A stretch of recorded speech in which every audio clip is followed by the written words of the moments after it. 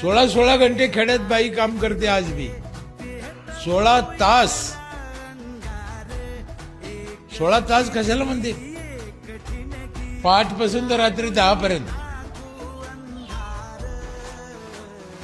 वाईट आहे.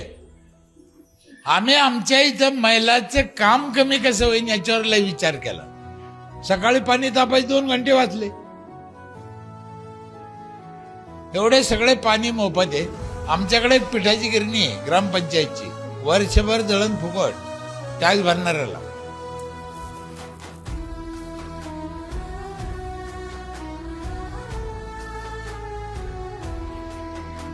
किती दळून न्या वर्षभर. लग्न करा, साखरपुडे करा, काय करायचं ते करा, बैलाचा भरडा करा. खुशी सरल चिंता सुटल